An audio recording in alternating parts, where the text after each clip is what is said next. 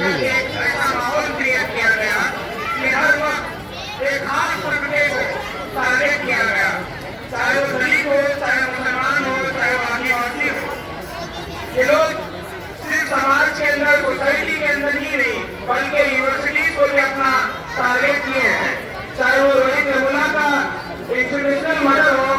या उसके बाद नदी का डिसअपेयरेंस हो या हाल ही के अंदर जामिया और जेएनयू के अंदर जिस तरीके से मेरे साथियों के ऊपर अटैक किया गया, इससे ये वाजह हो जाता है कि इनका एजेंडा हिटलर का एजेंडा है, इनका एजेंडा नाजी का एजेंडा। अजीब बहनों और मेहमानों, ये लड़ाई हमने जो छेड़ रखी है और ये जंग जो इस तरीके से यहाँ पर हमारे मैडम ने ये बताया कि ये लड़ाई में दूसरी बात है हमारी आजादी की। सच बात यह है कि ये दूसरी बात नहीं बल्कि दूसरी जंग आजादी है। जिस तरीके से हमने जंग आजादी लड़ी थी उन चोरों के साथ, अब हमें लड़ना है उनके चोरों के साथ। तो हिंदुस्तान के चोर हैं, तो हिंदुस्तान को और एक बार धर्म के नाम पे बांटना चाह रहे हैं, उन चोरों को हमें जो है हिंदुस्तान से बाहर निकालना है। और ये लड़ाई सिर्फ हमारी सीए और एनआरसी से खत्म नहीं होगी। ये लड़ाई जब तक जारी रहेगी, जब तक यहाँ पर हिंदुस्तान के अंदर ये गोडसे के, सावरकर के मानने वाले लोग ये तख्त से हट नहीं जाते और हिंदुस्तान के अंदर से ये मिट नहीं जाते, जब तक हमारी ये जंग आजादी चलेगी। ये लड़ाई उन दोनों ग्रुपों के बीच में, दो गुटों के बीच में, एक गुट वो है तो यहाँ पर फोटो लगाई गई है बाबा साहेब अम्बेडकर और मौलाना आजाद और गांधी के मानने वाले लोग और उस आइडिया ऑफ इंडिया को मानते हैं, उसके ऊपर अमल करते हैं, वो एक ग्रुप है। दूसरे तरफ ये वो ग्रुप है जिसको सावरकर और हेडगेवार के आइडिया ऑफ इंडिया को मानते हैं, उसको फॉलो करते हैं। तो ये दोनों के ग्रुप के बीच में लड़ाई है। जिस तरीके से कुछ होती मीडिया जिसको बना रही है कि हिंदू मुसलमान वर्सेस मुसलमान या मुसलमान वर्सेस हिंदू, जिस तरीके से बनाई जा रही है, ये हिंदू वर्सेस मुसलमान की लड़ाई नहीं है। अगर हिंदू वर्सेस मुसलमान की लड़ाई होती तो यहाँ पर इतने देश में कई मेरे हिंदू भाई भी है, कई मेरे सिख भाई भी है, कई मेरे क्रिश्चियन भाई भी है, कई मेरे सिख भाई भी है, जो आज हमारे साथ, आज मुसलमानों के साथ अरोड़ों पे आ रहे हैं, लाठी खा रहे हैं, गोली खा रहे हैं और ठंडी में हमारे साथ खड़े कर रहे हैं। तो ये लड़ाई उन दोनों के बीच में, गोडसे के मानने वाले लोग और गांधी के मानने वाले लोग, तो ये लड़ाई इन दोनों के बीच में है। अजीज सामईन, ये लड़ाई जिस तरीके से लंबी लड़नी है तो हमको इंस्पिरेशन लेना है, हमें बाबा साहेब अम्बेडकर को और सत्याग्रह में जिसमें कामयाब हुए हमारे गांधी को और मौलाना आजाद को। हिंदुस्तान के अंदर ये जो काला कानून लाया गया है सीएए, आपके सामने कई लोग कई दिन से आपको प्रोटेस्ट कर रहे हैं, तो आपको सीएए क्या है और एनआरसी क्या है आप मुझसे बेहतर जानते हैं, क्योंकि आप लोग यहाँ पर प्रोटेस्ट कर रहे हैं तो आप लोग अलग अलग इंटेलेक्चुअल से सुने होंगे, तो उनकी नॉलेज आपके साथ शेयर की है, तो आप मुझसे ज्यादा जानते होंगे। मैं आपको सीएए एनआरसी के बारे में बताना नहीं आ रहा हूँ, बल्कि जैसे कि मेरी तकरीर की शुरुआत में कहा, मुझे इंस्पिरेशन लेने आया और मैं ताजुब में मैं अपनी बालाजी भाई से डिस्कस कर रहा था कि मुझे ताजुब हुआ कि हैदराबाद में ऐसा टेम्परेचर है कि हम लोग जो है पंखे के बगैर नहीं सो रहे हैं, हम शेक निकाल रहे हैं और पंखा चला रहे हैं और सो रहे हैं।